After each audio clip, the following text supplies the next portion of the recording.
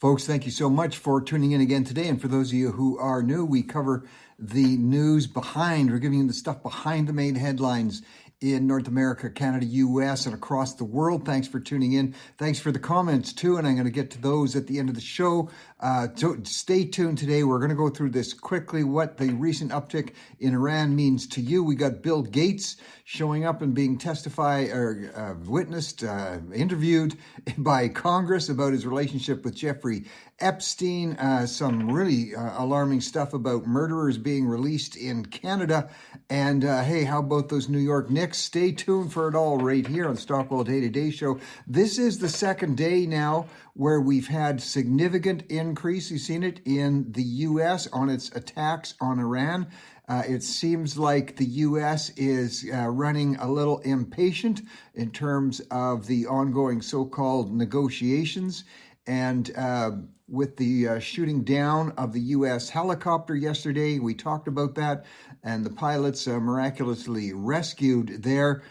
Donald Trump now saying we are going to bomb the beep out of Iran. So let's see what happens. 3 sailors on a ship that was flagged and from India were killed yesterday, and in the Strait of Hormuz, as that ship was seen to be sneaking oil in or out from Iran.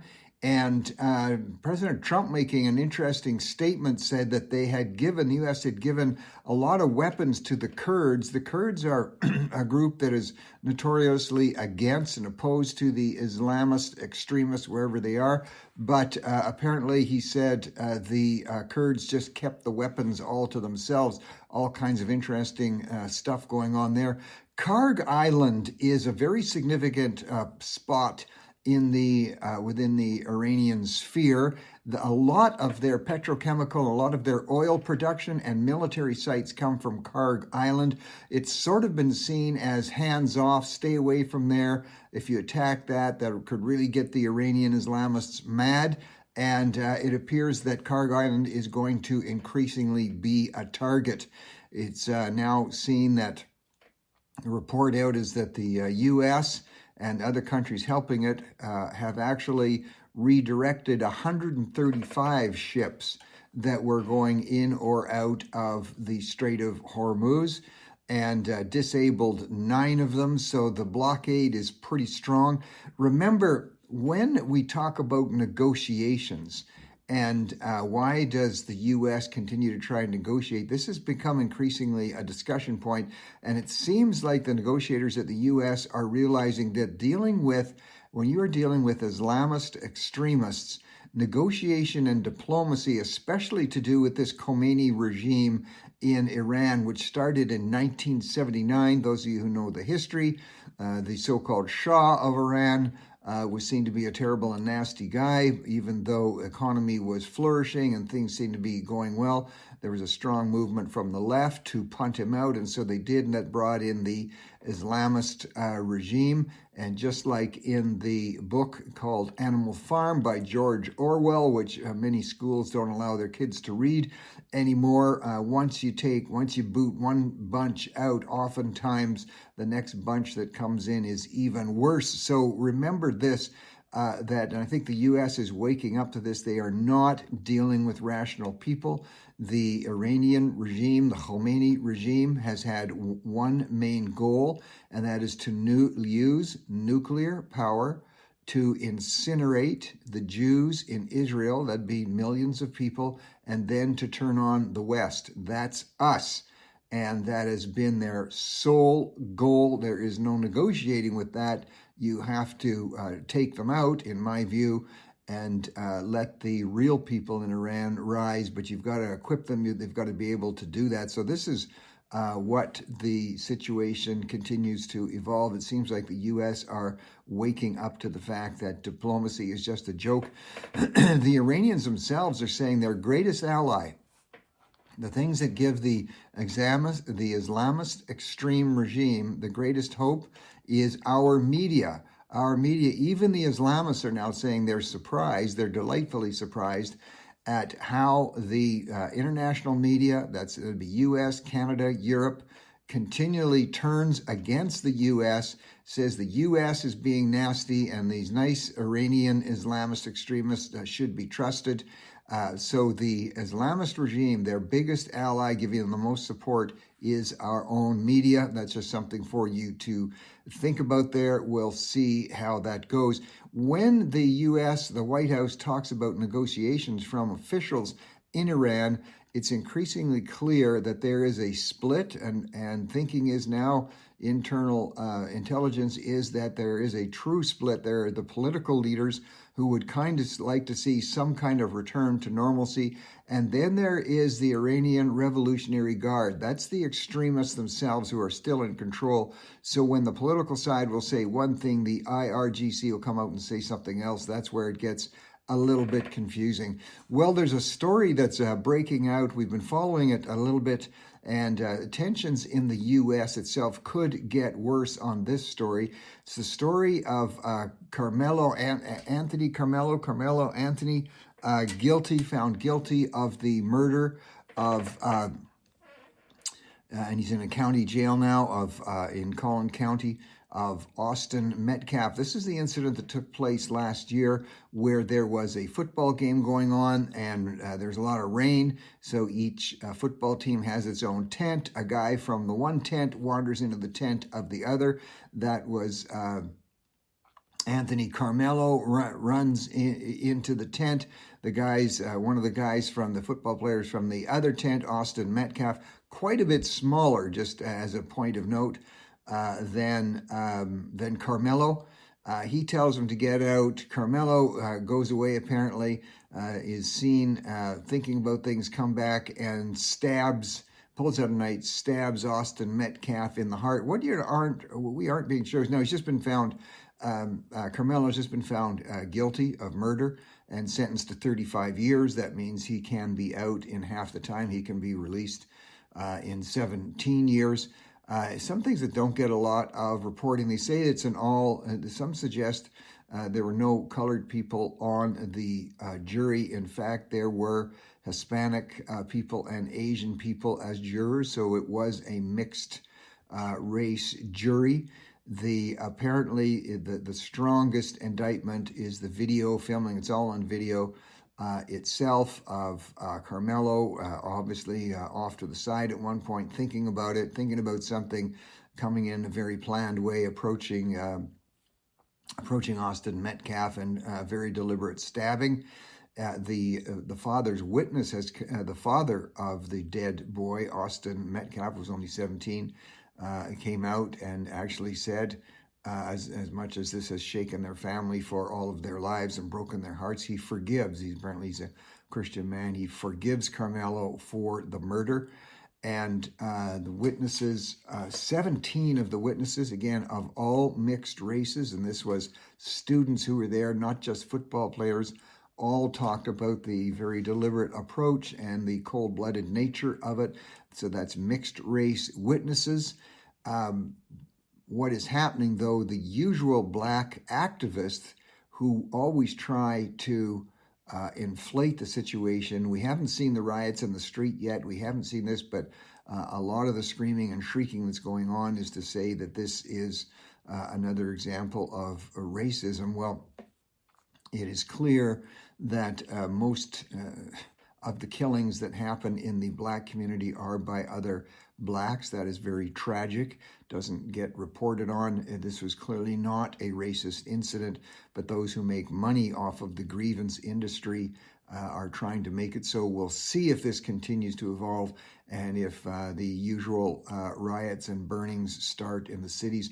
We'll talk about in the cities, the New York Knicks. Those of you who don't follow basketball, this is kind of a dream final in the NBA. New York Knicks against the Antonio Spurs. Spurs were the favorites, and New York Knicks have launched ahead in the series now. And their game last night was an all-time record for a comeback in the NBA. At the halftime, they were behind 76-49, and they won the game 107-106, a stunning thing.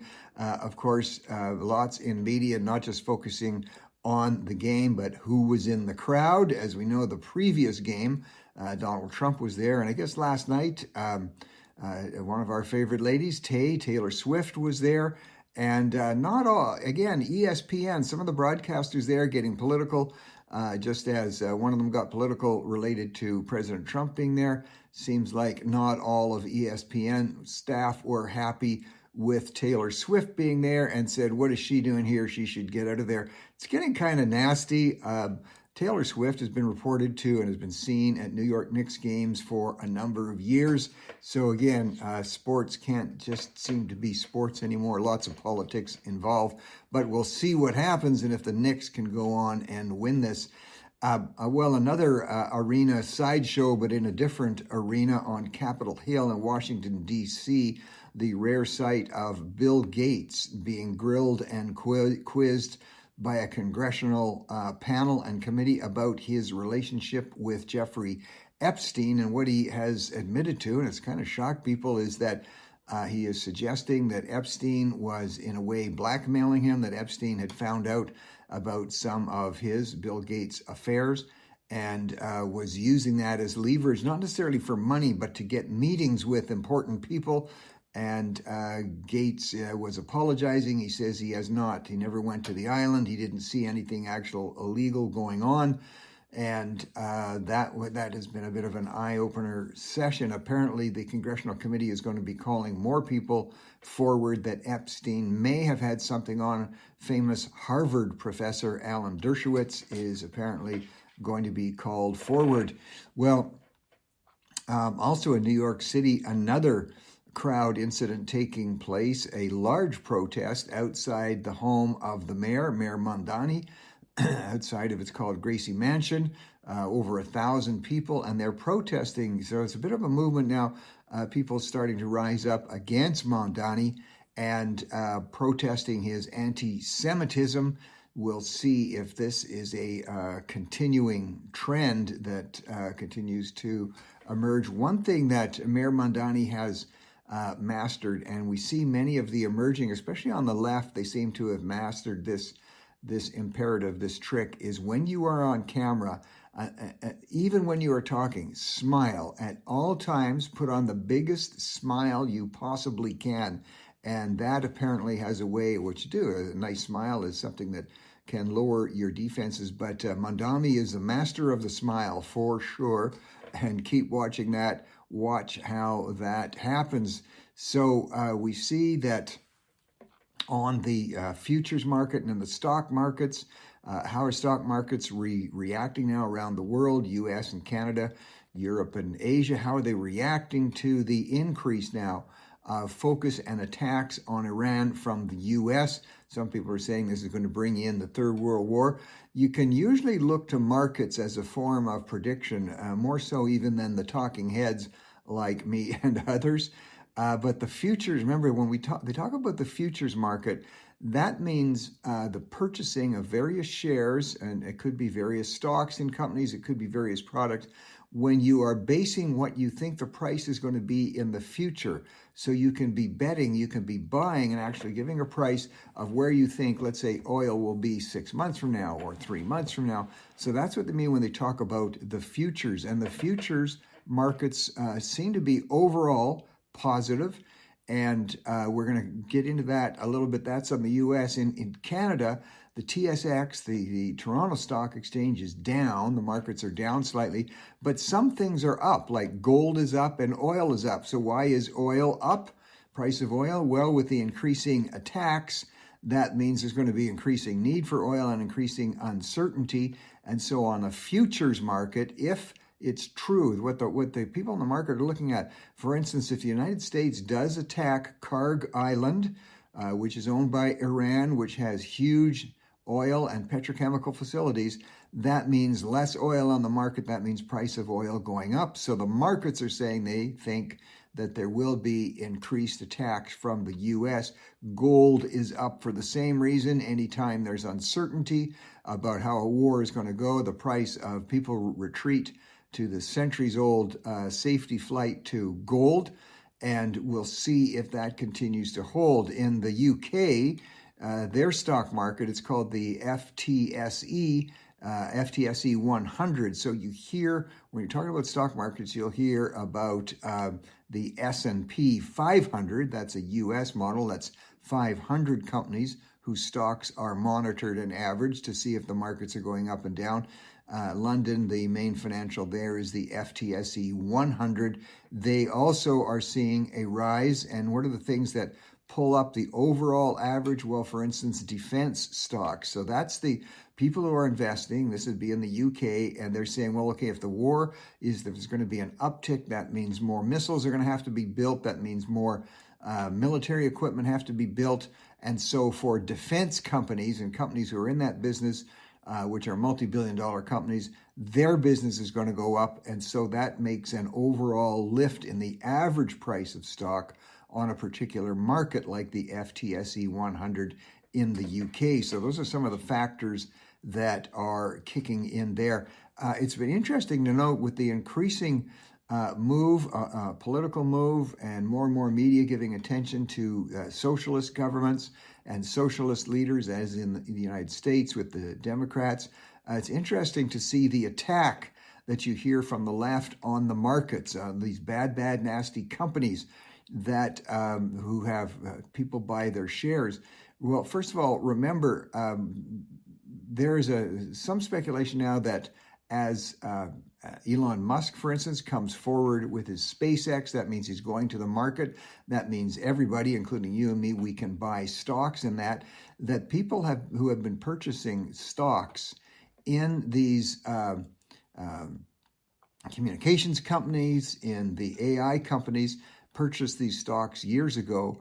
Thousands of millionaires are being created because many people took the risk. Remember, this is their own money. They take the risk. They buy the stock years ago, and as the price goes up, now many times the stock doesn't go up, and so they lose. That's the name of the game.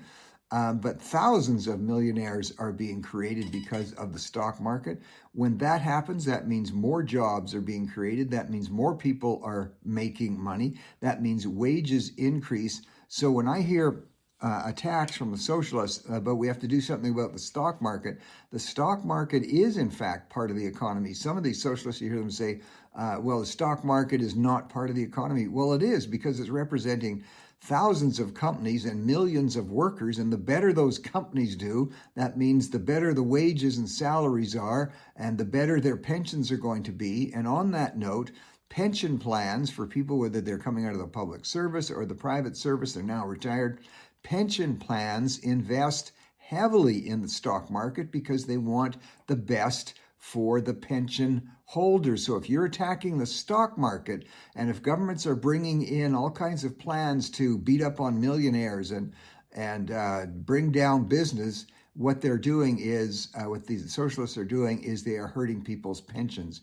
because pension boards, that's boards that represent those who are on pensions, actually are on these investment boards, and they make decisions to improve the quality of people's pensions. So if you're attacking the markets and you're saying we should be shutting down business, you are going to be hurting your possibilities of a strong and healthy pension.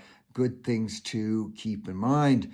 In Japan, over there, again, the markets are somewhat positive. And this, again, so what affects that? Well, in Japan, they look at the fact that many supplies that were coming through the Strait of Hormuz there in the Middle East are not getting through. That's causing all kinds of products to rise in price. Japan is largely an exporting nation. They export products. Most of their products do not have to go through the Strait of Hormuz. That means more products will be purchased from Japan. So any companies that are having to do with exporting or manufacturing products that get exported, their stock goes up. That means overall in Japan, the stock market are improving, and also we're seeing it among conductor and chip manufacturers. So interesting to watch the Japan market there. Tragic situation in Toronto where a police officer was killed in Toronto. And they are saying this has something to do with the U.S. The U.S. ambassador actually has commented on that now. So does that mean there's some political intrigue? Does that mean this is some nutbar who was planning to kill an American? We don't know. I think it's a little early for someone like the U.S. ambassador to be jumping in on this, but just showing that sometimes Canada, we think we're all pure and we get kind of snooty about all the gun crime in the U.S. Lots of gun and knife crime also in Canada. So our sympathies go out to the police officer who was killed and to the family.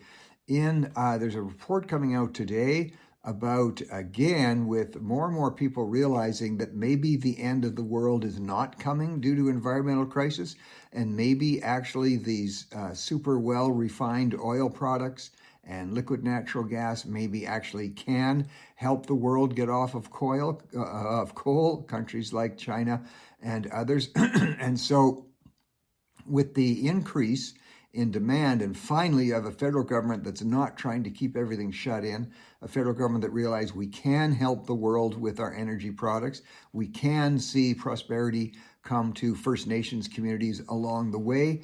And there are predictions out now, job predictions between now and 2034, there could be needs of up to 100,000 jobs related to work in the energy industry. This would be liquid natural gas and refined oil. And this means more jobs for trades, more everything from electricians to welders. And then, of course, there's all the support jobs that has to go with that. If you figure it this way, every time you hear about $1 billion, an increase of $1 billion in terms of the energy market across the country, that's equivalent to about 5,000 more jobs. So they're predicting over 100,000 more jobs. A lot of that is going to come to Alberta. So watch out for the federal government, which always gets furious when the Alberta economy starts to pick up.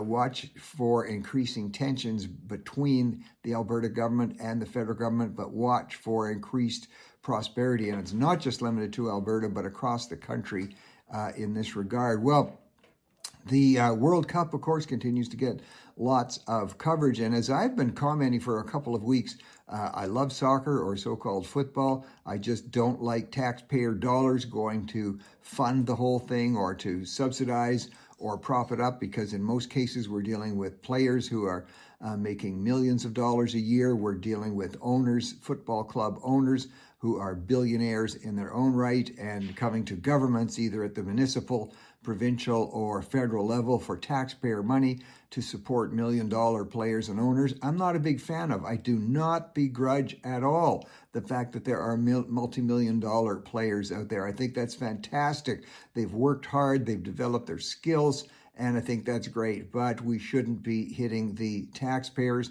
And the economic studies continue to show that in the long run, it is not actually, in most cases, not a net benefit to the local community. Remember, I reported last week of the last 14 World Cups, 12 of them have finished in deficit. So everybody goes home after celebrating and leaves local taxpayers holding the bag. And an Angus Reid report that was just released, even though Vancouver was seen by Sports Illustrated as probably the #1 World Cup city, 72% of people that were interviewed by Angus Reid said they do not support government dollars going to these sporting events. Well, a tragic situation, I think is tragic. There was just the release of a woman by the name, this is in Canada, of Roheen Bissessar. She had spent just under 10 years in jail for the cold-blooded murder of a woman named Rosemarie Jurer. Now, this happened 10 years ago, and this Rohini Bissessar, just a random woman, walked up to her, stabbed her in the heart, and said that was voices telling her to do this. And she's out now, being released. And we'll see for how long. And it's similar to a case, many people will remember the case of Vince Lee. This was the guy on a bus in Manitoba who actually didn't just murder, but beheaded a man. He was out for his first time getting out after about 10 years. And now we see a recent case here, not that long ago, You may remember the name Loretta Saunders. This was a 26-year-old woman who was, this is an Inuit woman. She was pregnant at the time. She was a student at St. Mary's University, and they were calling her roommates at the time, Victoria Heinenbrand, if I got that name right, and other roommate was Blake Leggett.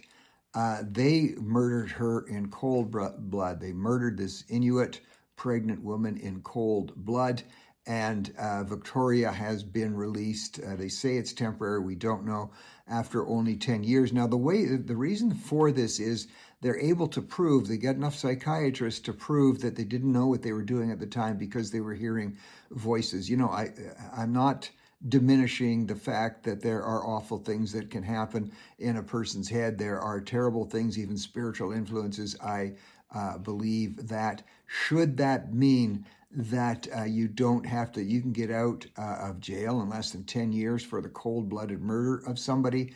My suggestion is this needs to be relooked at. The whole idea that psychiatrists can come forward and say, well, we think they're no longer a danger, so they can be out. Whether they're a danger or not should not be the factor. They murdered someone in cold blood, and I'm not suggesting they should get harsh treatment in jail. They should be well cared for while they are in jail, but they should not be getting out in 10 years. A life sentence should be a life sentence, even if the shrinks, even if the psychiatrists, and there's always dispute among psychiatrists, say that they should be able to get out now because before they were just listening to voices. There have been many cases where the person who's on trial for the murder went to great elaborate ends to make a case that they were in fact insane at the time. You know, if you murder somebody, you're probably insane even temporarily. This should not be used as an excuse to let people out. It shows we devalue the life that was taken. So let's see what happens with that. Over on another report, Casey Lewis, working with Spotify and going through all of their records and all of their files, has come up with a couple of conclusions. Casey does good work in this regard. But Gen Z is apparently moving more to wanting to listen to long-form podcasts, maybe like mine, and moving away from, I don't know if this is true, but this is what they're seeing, moving away from just the short clips on TikTok and others, and they are wanting more and listening more to what's called long-form podcasts. We'll continue to see. And then in terms of music choices, Brazilian funk, I don't know if you're related or if you know about Brazilian funk. It's kind of a, South American, kind of not quite calypso sound, but not a bad sound in and of itself. But the leaders in that, I just want to point out that one of the leading Brazilian funk musicians, her name is Anitta. Her videos are incredibly sexualized. I don't want to go into great detail here. I don't want everybody flooding to watch. But the positions that she poses in very scanty clothing, and then shows a guy coming up behind her. And let me just say this, there is no daylight between the man's pelvis and her buttocks. I'll just leave that to you. You might be saying, why are you even talking about this? You see this is a huge trend. You saw it at the Super Bowl with Bad Bunny. Coming out there, and everybody saying, oh, it was a beautiful performance, but many of the people singing behind him were doing this grind thing. And here's what you notice. When the guy comes up from behind in all these videos, he doesn't stop to ask permission. He doesn't get consent from the woman. He doesn't, give her a loving tap. He doesn't get her approval. He just moves right in and starts the grind. And I am not in any way, shape, or form approving of any kind of sexual contact without consent, and people should face the consequences of that. It does create, when you take this, you expand it onto the YouTube market where everybody's watching, or look at some of those YouTubes, they're made in discos where everybody's dancing, and I'm sure they've had a few drinks, if not a few puffs of something. And at the same time, increasingly you hear of young men being charged because they touched a woman without having full consent. They said they did get consent. The woman says they didn't.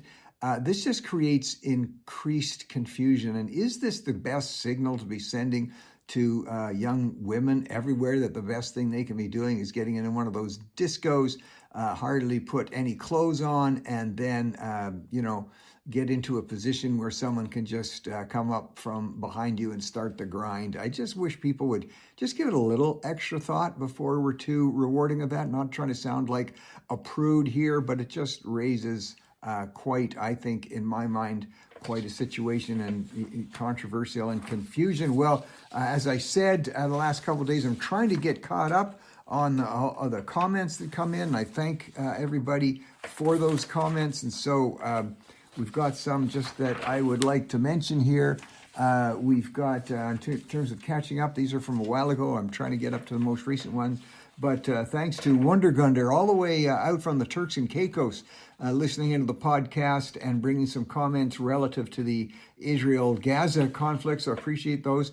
And somebody who calls herself Whitmom was having some input with me on one of the captions from one of the episodes about how culture captures us. So thank you, Whitmom, for your helpful comments there. And then somebody who goes under the tag of fireman was commenting on the fact that liberals, people who identify as liberals, have a lower birth rate than those who identify as conservatives. Just a fact, folks. I'm not trying to get anybody upset here. And he was kind of saying that's maybe not a bad thing. So I will let you decide what you want about that. And then a couple of interesting things that are going on right now. Pope Leo, as you know, is in Spain, just held a mass there, 1.2 million people, and they say the majority of whom were young people attending that mass in Spain, in Madrid. So things are going on. Seems to be a real awakening of things spiritually around the world. Also, folks, thanks for the comments. Stay tuned. See you tomorrow.